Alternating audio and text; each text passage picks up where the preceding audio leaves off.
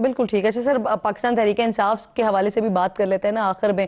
کچھ خبریں آ رہی ہیں مذاکرات کے حوالے سے، رانا ثناء اللہ صاحب کے حوالے سے بھی اطلاعات آ رہی ہیں. رانا ثناء اللہ نے بیرسٹر سیف سے ملاقات کی، اس کے بعد بیرسٹر سیف کی خان صاحب سے ملاقات کی خبریں آئیں. تو کیا اس قسم کی کوئی انگیجمنٹ ہو رہی ہے، چل رہی ہے نہیں، سر؟ ہم تو اس میز پر بیٹھے ہیں جہاں سے پی ٹی آئی اٹھ کر گئی. ہم تو بات کرنا چاہتے ہیں، لیکن ان کے جو مطالبات ہیں وہ انہیں ایک آبسیشن ہے چونکہ اپنے بانی چیئرمین کی.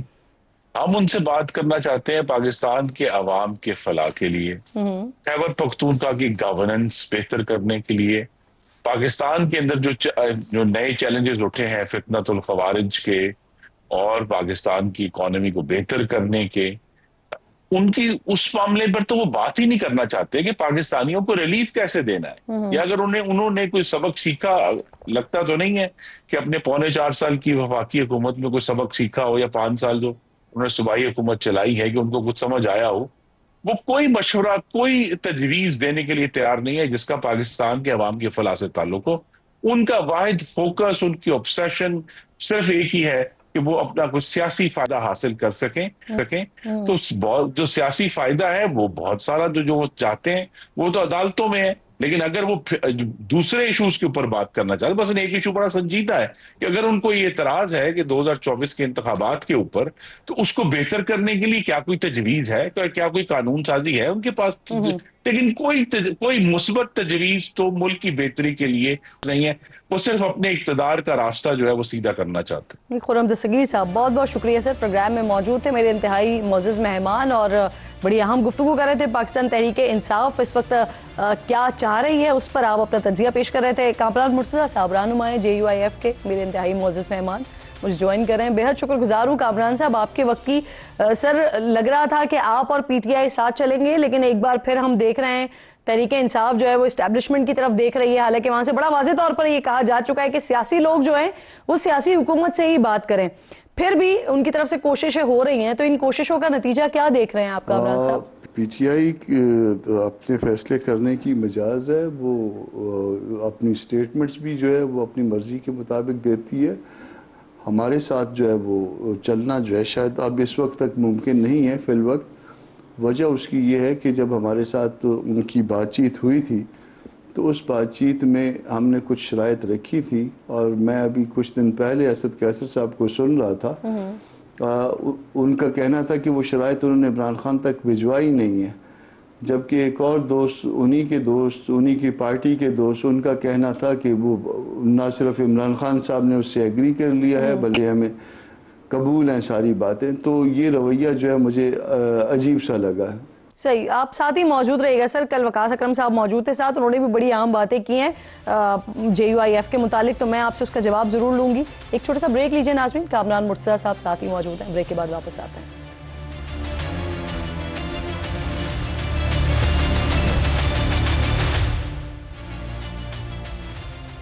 پروگرام میں ایک بار پھر آپ کو خوش آمدید کہتی ہوں. کامران مرتضیٰ صاحب میرے ساتھ ہی موجود ہیں. کامران صاحب، ہم بات یہ کر رہے تھے سر، کل شیخ وقاص اکرم صاحب پروگرام میں ساتھ موجود تھے، تو وہ کہہ رہے تھے کہ مولانا صاحب نے پیچھے لگائے رکھا 5-6 مہینے اور اس کے بعد وقت ضائع کروایا. کیا پہلے دن سے مذاکرات میں پاکستان تحریک انصاف آپ سے احتجاج میں مدد مانگ رہی تھی سر؟ کیا نہیں، ایسا نہیں ہے. میں نے پہلے بھی عرض کیا ہے کہ ایک تو ہم نے پیچھے لگا کے نہیں رکھا. ان کی مرضی ہے کہ وہ چاہیں تو ہمارے طرف آتے ہیں، ان کی مرضی نہ ہو تو نہیں آتے ہیں. 26 امینڈمنٹ میں بھی اسی طرح سے وہ آتے تھے، اور اس کے بعد جب ان کے لیے بہت سے کام ہو گئے تو انہوں نے اس کے بعد جو ہے نا وہ سلپ بھی کر گئے، اور اس کے بعد یہ بھی کہنا شروع کر دیا کہ نہیں جی یہ بہت بڑی غلطی ہے.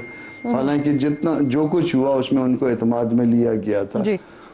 اسی طرح سے اس معاملے میں ہم نے ان کو کہا تھا کہ ہم جب تک پارٹی جو ہے نا وہ پارٹی کے ادارے جو ہے ڈیسائیڈ نہیں کریں گے ہم نہیں کر سکتے.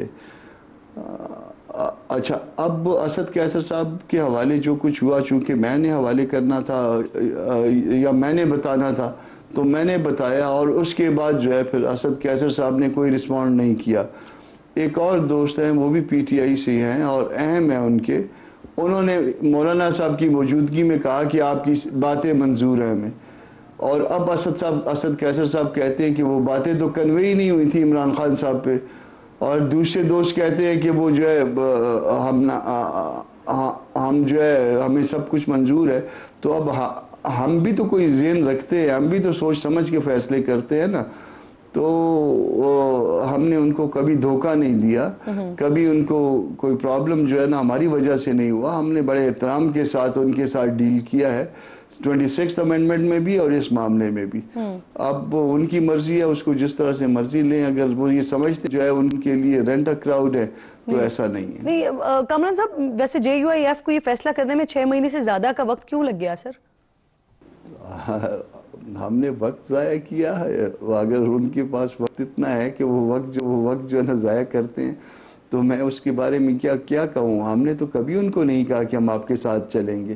وہ ہر روز جو ہے نا وہ پہنچے ہوتے تھے اور کہ جی آپ بتائیں کہ آپ نے چلنا ہے یا نہیں، اور ہر روز ان کو یہی جواب دیا جاتا تھا کہ ہمارے ادارے فیصلہ کرتے ہیں اور ادارے کا ابھی تک اجلاس نہیں ہوا. اور یہ ہم نے ان کو ایکسپیکٹڈ ڈیٹس بھی بتا دی تھی، اور جب ہم نے اجلاس ہو گیا اس میں جو فیصلہ ہو گیا بڑے احترام سے ان کو کنوے کر دیا. PTI کا مسئلہ یہ ہے کہ جب ان کا کام ہو جائے تو وہ بڑے خوش ہوتے ہیں، ورنہ وہ پھر یہی الزام لگاتے ہیں وقت ضائع کیا یا اس طرح سے جو ہے نا ہم نے کوئی ان کے ساتھ زیادتی کر دی.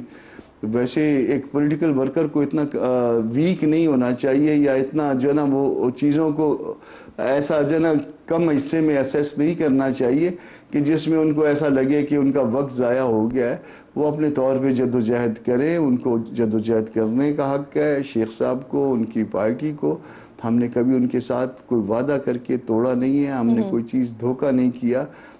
البتہ 26th امینڈمنٹ میں مجھے ذاتی طور پہ بھی یہ گلہ ہے کہ کبھی تو وہ کہا کرتے تھے کہ جی آپ نے تو بہت کر دیا، اور اس کے بعد جو ہے نا پھر سارا الزام ہمارے گلے میں. سر ویسے PTI عید کے بعد دوبارہ احتجاج کی بات کر رہی ہے، نکلنے کی بات کر رہی ہے. آپ لوگ پہلے اندیا دے چکے ہیں کہ آپ اس احتجاج کا حصہ نہیں بنیں گے، تو سر مولانا کے بغیر ویسے مؤثر احتجاج کر پائیں گے اور وہ گین کر پائیں گے جو چاہ رہے ہیں؟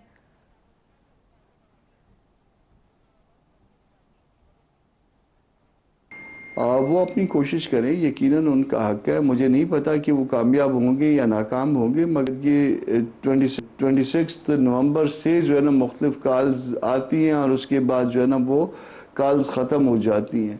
احتجاج ایک پولیٹیکل ورکر کے طور پہ کہتا ہوں کہ اس طرح سے نہیں ہوا کرتا جس طرح سے وہ کرنا چاہتے ہیں. لیڈرشپ کھسک جاتی ہے اور اس کے بعد جو ہے نا ورکر کو مرنے کے لیے اور مار کھانے کے لیے چھوڑ دیا جاتا ہے. جدوجہد کرنی ہے تو ورکر کے ساتھ آخری حد تک چلتے ہیں.